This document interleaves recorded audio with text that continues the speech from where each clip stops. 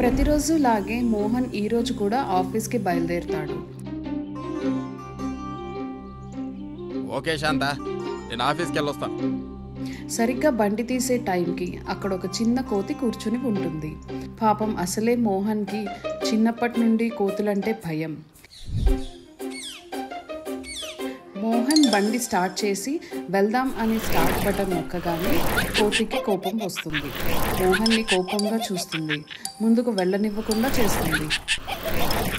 అయినా సరే మోహన్ ఆ కోతిని తరుముతూ ఉంటాడు. ఏమే వానరమా, నీకు పొద్దున్నే నేనే దొరికానా నీ కోతి పనుల ప్రతాపం చూపించడానికి అని అన్న తర్వాత కోతి అది తింటున్న బనానా తొక్క కింద పడేసి కిందకి వచ్చి, నువ్వు నా మీదకే వస్తావా? నేను ఇలాంటివి ఎన్ని చూడలేదే.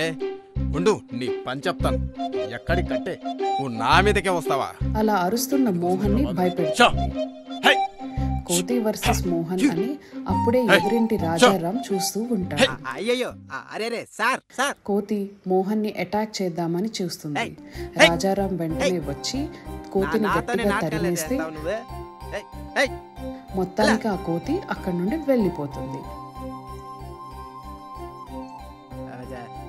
ఎక్కడ గీరలేదు కదా సార్? ఎక్కడా గీరలేదు. చాలా థ్యాంక్స్ అండి, మీరు సమయానికి వచ్చి సేవ్ చేశారు.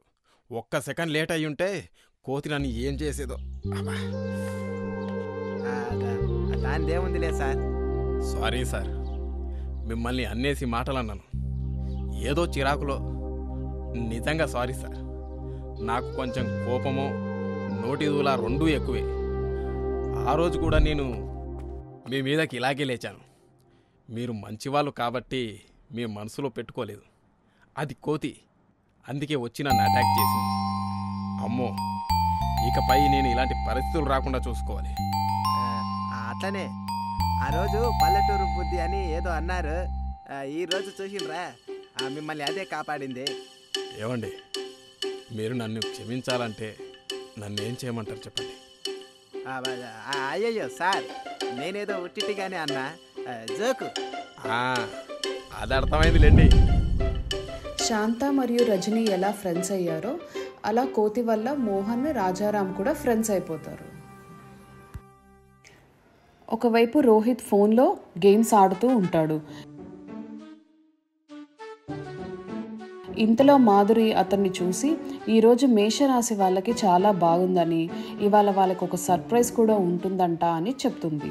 రోహిత్ మాత్రం అదంతా తను నమ్మనని, తనది మేషరాశి అయినా ఏం బాగుండడం, పొద్దున్న లేస్తే అమ్మ అన్ని పనులు తనకే చెప్తుందని రోహిత్ అంటున్నప్పుడు, నాన్న రోహిత్, ఇంట్లో పెరుగైపోయిందిరా, వెళ్ళి ఎదురింట్లో రజనీ ఆంటీని కొంచెం పెరుగు తోడడిగి తీసుకురారా. అది వినగానే మాధురి పక్కపక్క నవ్వుతుంది.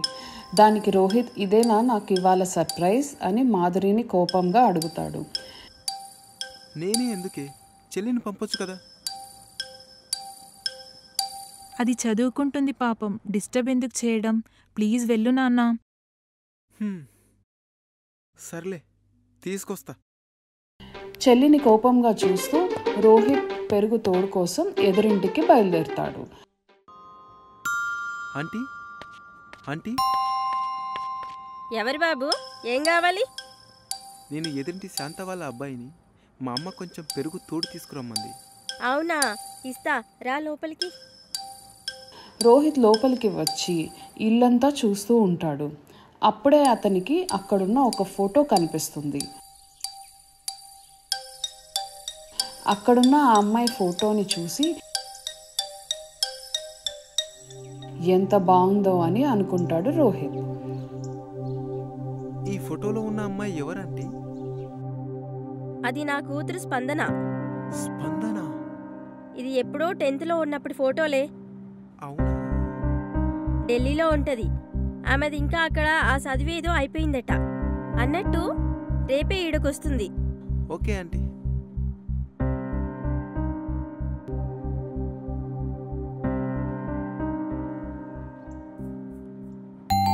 అలా బయటకి వెళ్తున్న రోహిత్ ఇదేనా మాధురి చెప్పిన సర్ప్రైజ్ అని తెలుసుకొని హ్యాపీగా ఫీల్ అవుతాడు.